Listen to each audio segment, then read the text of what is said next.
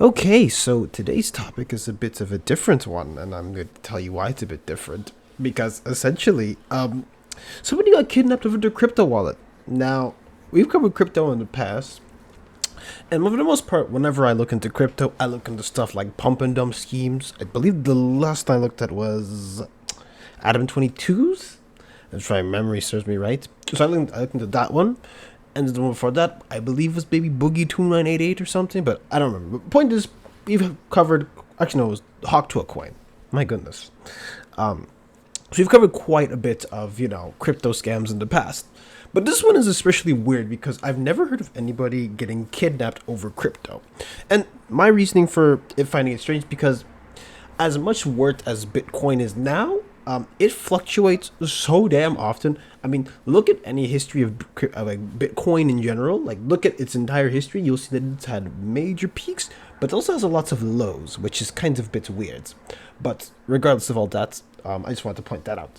But anyways, I do want to read some of this article to you because it's when I tell you this story is very strange, especially when I first read a headline about it, it gets even weirder. So anyways, a crypto dispute led to the alleged kidnapping and torture of an Italian man in a luxury New York City townhouse for over 2 weeks, according to police. Two men, John Woltz, 37, and William Duplessis, 33, now face kidnapping, assault, and unlawful imprisonment charges in this case. From what we now know, this was a dispute over crypto money. NYPD Chief John Chell told reporters they all know each other, but this was a kidnapping for roughly 17 days where they tortured this person. When I say torture, forced them to take narcotics, put his feet in water and shock his feet, and other types of torture for 17 days. Jesus. Alleged victim lured to NYC. The alleged 28-year-old victim, whose name has not been publicly released by authorities, told police he arrived in New York from Italy on May 6th and went to Woltz's 8-bedroom Soho townhouse. Assistant District Attorney Michael Matson said Woltz and Duplessis allegedly lured the man to New York from Italy by threatening to have his family killed. Once the alleged victim arrived, he was stripped of his electronics, passport bound by the wrists, and subjugated to beatings, electric shock, and a hit from the head from a gun, according to the criminal complaint. Woltz allegedly carried the alleged victim to the top flight of stairs and hung him over the ledge and threatened to kill him if he did not provide his Bitcoin password, according to the complaint. The alleged victim told authorities that Woltz and Duplessis used a saw to cut his leg and urinated on him and forced him to smoke crack cocaine by holding him down or forcing a pipe into his mouth, prosecutors said. Sheesh! I'm not gonna lie. Reading that makes it sound like it's out of what's that horror movie? It sounds like it's out of Saw or something. Or like you see, not The Conjuring. What's that? What's some weird death game shows that you'll see? I don't know. My horror movie knowledge is a bit off, but ugh, disgusting. Alleged victims escape. On Friday morning, the man escaped from the home, running to a traffic enforcement officer for help. Police said the alleged victim was taken to a local hospital in a stable condition. Police said the alleged victim was finally able to escape after believing he was going to be shot by telling his captors he would provide the defendants with his Bitcoin password contained on his laptop. According to prosecutors, when Woltz left the alleged victim to retrieve his laptop, the man was able to escape down the stairs. According to prosecutors, inside the townhouse, prosecutors said detectives recovered a saw, crack cocaine, chicken wire, t-shirts with pictures of the alleged victim with crack cocaine pipes in his mouth, body armor, night vision goggles, ballistic helmets, Polaroid pictures of the alleged victim with a firearm pointed to his head and firearm ammunition. A gun was also recovered in the home, police said. Law enforcement said they observed blood in various areas in the apartment where the man indicated he was allegedly tortured. Whew. My God, that's... I'm telling you, this genuinely does not sound real, but anything goes. Woltz, reportedly dubbed the Crypto King of Kentucky, was taken into custody on Friday. The crypto entrepreneur did not make any comments to reporters as he was escorted out of his apartment by police in handcuffs. Also, I'm going to make a quick detour. He was arrested in a bathrobe, by the way, when I saw it. He was in a bathrobe. So, take of that what you will, but yeah, he was in a bathrobe. So that tells you state of mind is not 100% there. Duplessis turned himself in at the NYPD's 13th precinct on Tuesday. He did not respond to reporters' shouted questions. While being escorted out of the precinct, both men were initially charged with kidnapping, assault, unlawful imprisonment, and criminal possession of a firearm. They have pleaded not guilty, court records show. Waltz has since been indicted by a grand jury. True, the indictments will remain sealed until his arraignment on June 11th. They were denied bail at their court appearances. Prosecutors convinced the judge to hold Waltz without bail by pointing out that he is from Kentucky and has the means to flee, including a private jet and helicopter. A judge denied Duplessis' attorney request for him to be held under home detention with his father in Florida on $1 million bail, ABC News Network.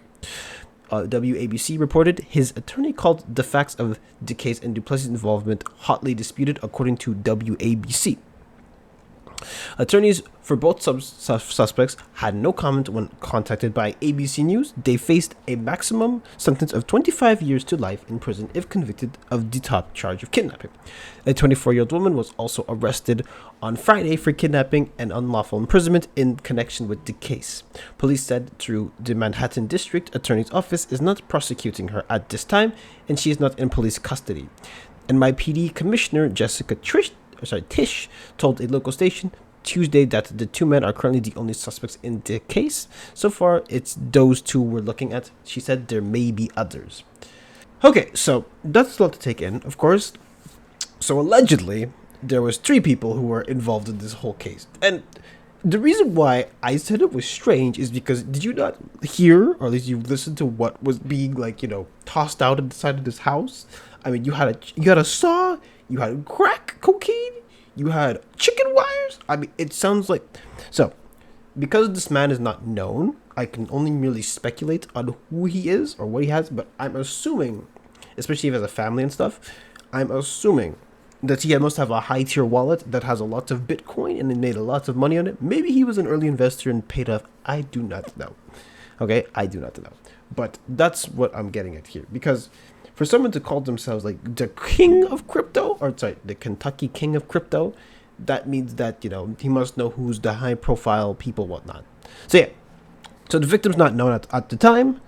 And so, yeah, allegedly there's been 3 people involved, but according to this, the 24-year-old woman was arrested, but there's nothing on her at this time. So maybe in the future, whenever I follow upon this case again, there could be that, but that's where we are now. So, naturally, when I came across this, I said, you know what?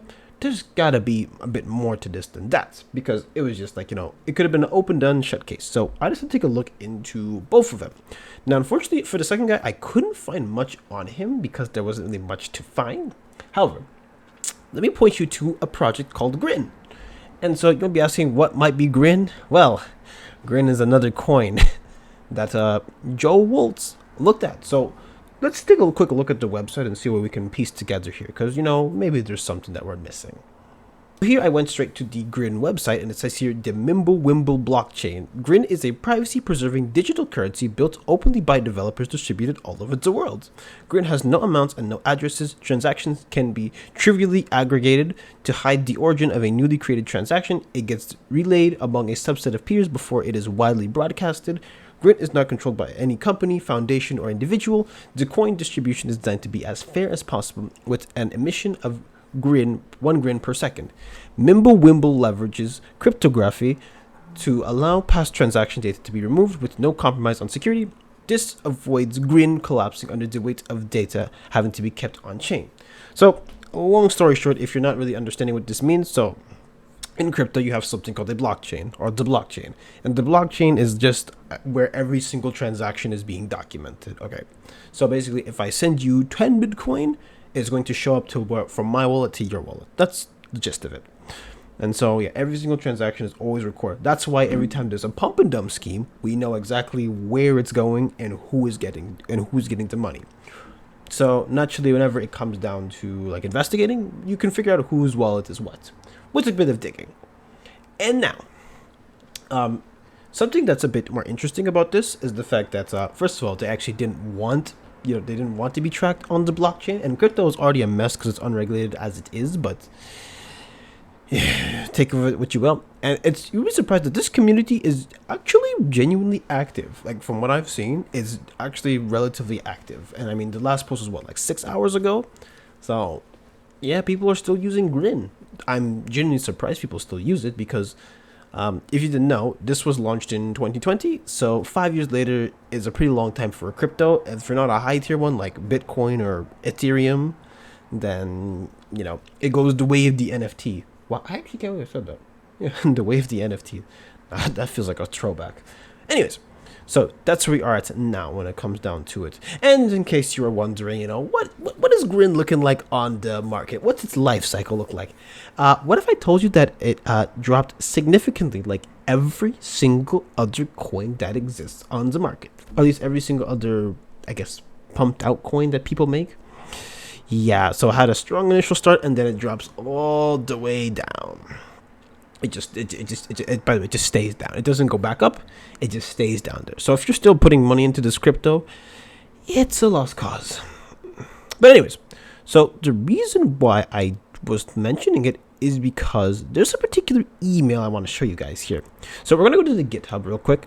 And so here, I'm just going to show you on screen where it talks about like what Grin is, and you can actually download it locally. We're not going to do that here because one, I don't want to, and two, who wants crypto on their computer like that?